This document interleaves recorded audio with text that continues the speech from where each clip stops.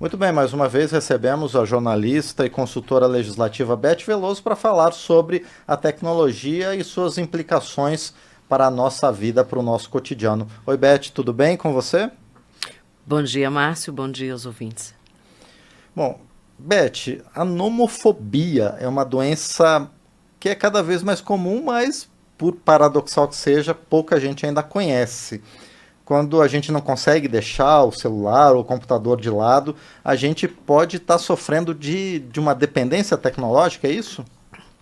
Exatamente, Márcio. Estresse, tristeza, ansiedade, depressão, falta de sono parecem sintomas da modernidade, né? Da vida moderna, que a gente está com muita pressão. Na verdade, isso pode estar associado simplesmente ao uso do seu celular, ou ser bastante potencializado por ele. Eu, particularmente, Márcio, não conhecia essa expressão, nomofobia, porque vem de no mobile, quer dizer, sem celular, e uma abstinência, uma síndrome de abstinência que a gente sofre.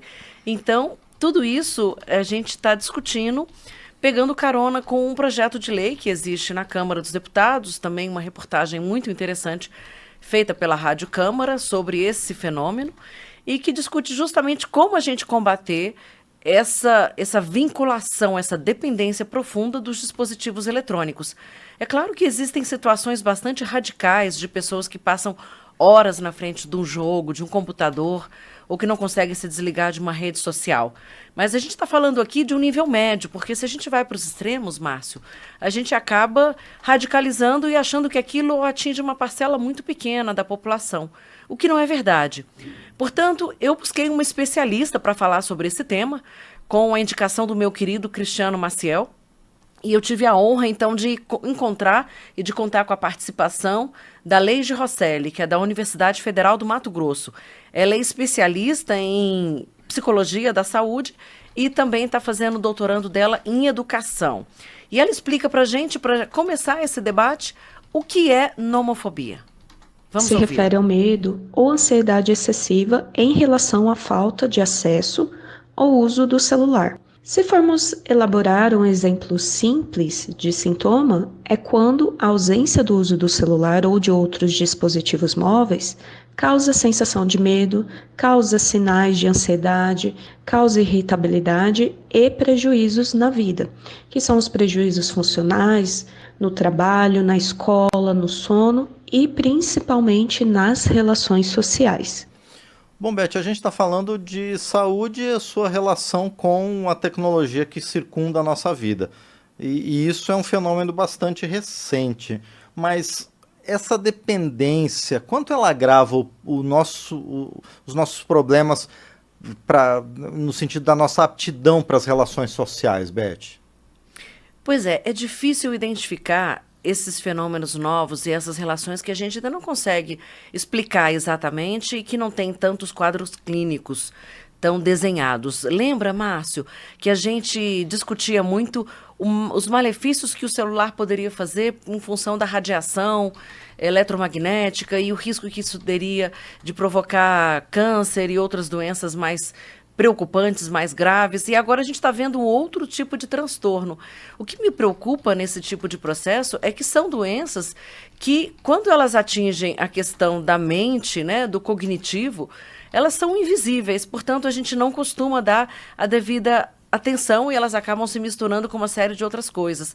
As pessoas costumam achar, inclusive, né, Márcio, que é frescura, a pessoa está com frescura e não conseguem revelar ou visualizar e ter a consciência de que ali tem um processo orgânico, funcional, social e de saúde mesmo que precisa ser cuidado. Portanto, a Leide me explicou que esse transtorno ele não foi ainda reconhecido no Manual Diagnóstico e Estatística dos transtornos mentais, né? Então também não há consenso sobre os aspectos que envolvem essa nomofobia e, sim, a certeza de que é um distúrbio multifuncional que tem todas essas causas que eu falei. Portanto, o fator dependência química e o fator genético, ele não está totalmente, digamos assim, confirmado e consolidado. Portanto, na opinião da Leide, o que é importante? Embora não haja consenso com relação até que ponto a genética é determinante ou não, existem sim implicações na genética individual, enfim, no aspecto individual de cada indivíduo, que pode levar a uma adição maior a esse tipo de tecnologia. Vamos ouvir então a Leide. Na dependência química, com todos esses estudos avançados, a predisposição genética ela não é o fator mais relevante. Por exemplo, o ambiente, o desenvolvimento pessoal e as relações de uso que a pessoa estabelece com a substância, elas também são primordiais. Então, saber se há ou não predisposição genética não determina uma condição de dependência, mas colabora nos cuidados que podem ser desenvolvidos e também nos autocuidados preventivos. E no caso da nomofobia, os estudos que estão sendo desenvolvidos, eles estão conseguindo relacionar os traços de personalidade, como traços de impulsividade, de baixa autoestima, com a dependência no celular. Então, novamente, nós voltamos para uma combinação multifatorial de fatores comportamentais, ambientais e biológicos. Agora, Beth, isso é um distúrbio, é praticamente uma doença, um vício. O que faz para evitar? Então, Márcio, pensar em ações de redução de danos, ações de autorregulação no uso de dispositivo, né? Além de tomar uma medicação, procurar uma terapia, uma psicologia de sociocognitiva, comportamental, procurar até mesmo um psiquiatra para poder tomar uma medicação que diminua os níveis de ansiedade e buscar realmente um tratamento que vai no nível psicológico e também no nível terapêutico, né? Existem formas realmente que ajudam a prevenir. Primeiro você precisa passar por um questionário, precisa analisar qual é a sua condição social, a sua condição de vida doméstica, quais são os apoios que você tem, que cuidados você tem em casa. A lei defende, por exemplo, que se crie um grupo de trabalho governamental para começar a discutir políticas públicas, como, por exemplo, medidas educacionais, né, envolvimento da mídia, o próprio envolvimento do SUS para começar a diagnosticar e tratar essa doença de uma forma sistêmica. É interessante que ela coloque o ponto de vista que as Big Techs, né, que usam uma série de mecanismos viciantes, a gente já falou aqui sobre o papel, por exemplo, das notificações, elas não podem ser inteiramente responsabilizadas, embora a gente tenha que mexer também nesses sistemas que geram, enfim, uma sociedade da atenção, uma predisposição muito grande para o uso do celular e, sobretudo, naqueles grupos mais vulneráveis, como crianças, né? Portanto, a nomofobia, ela causa muito sofrimento, né? Ela causa uma tristeza muito grande e fica difícil reconhecer, inclusive, alguns ataques. Por exemplo, se a gente fizer um dia do detox, inclusive existe uma proposta de criar-se um dia do detox como uma medida de conscientização nacional, né? Será que isso vai ajudar, por exemplo, a fazer um diagnóstico? Então vamos ouvir a Leide sobre esses fenômenos que inclusive se dão quando a gente está no espaço físico, numa conversa na escola ou socializando com alguém. É importante compreender que, para algumas pessoas, o celular ele pode ser entendido como uma extensão do próprio corpo. E essa materialidade, ela não é só um instrumento, ela também possibilita um estado de vivência num espaço que é a continuidade da nossa vida. Nós vivenciamos tanto no espaço físico quanto no espaço online. Nesse espaço nós estabelecemos relações, estabelecemos aprendizagens e também vivenciamos experiências não tão agradáveis assim. Mas, para além dessa expansão, nós também temos relações que estabelecemos que não são muitas vezes proveitosas, como o cyberbullying, a cultura do cancelamento, dentre outros fatores que também são gatilhos para o sofrimento psíquico. Mas, em relação à dependência, muitos outros gatilhos podem estar associados e isso vai depender da subjetividade de cada pessoa.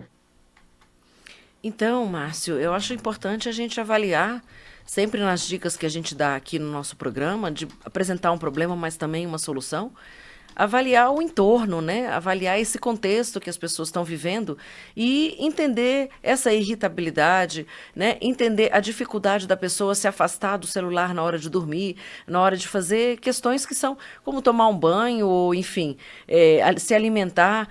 É preciso, então, que a gente cuide dessa perda de autonomia, isso é fundamental, né? E essa dificuldade da gente viver sem a rede social, sem o like, sem a notificação, sem essas pequenas recompensas que as big techs dão em termos de satisfação, mas que, por outro lado, também tem um efeito contrário quando você vai para o cancelamento, para o ciberbullying. Isso gera profunda depressão e imensos problemas na vida de uma pessoa que não podem ser detectados por quem está de fora.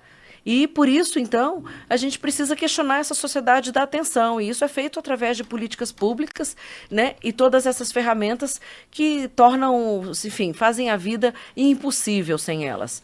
Por isso, a gente precisa observar realmente no mundo digital. É preciso dar uma pausa, é preciso parar, é preciso dar um tempo e questionar, sobretudo, as bolhas, Márcio. Aqueles algoritmos que enviam conteúdos que são, de certa forma, eletrizantes. Eu acho interessante a colocação da Leide sobre o controle parental, que é uma coisa que a gente vê muito pouco. O que que é isso? É você ter uma ferramenta, alguns canais de bloqueio no próprio celular, para que as crianças não acessem todo tipo de conteúdo, o que também pode causar imensos danos. E para terminar, então, nosso comentário de hoje, que eu acho que foi um comentário bastante importante e bastante educativo, o celular e a internet, precisamos pensar, também podem estar na contramão de todo esse entretenimento que a gente está aí e podem estar, sobretudo, a serviço de espaços de aprendizagem, espaços de educação, espaços de cultura, dentro de uma sociedade que é a sociedade da comunicação, da informação, em que a gente está aqui para evoluir culturalmente.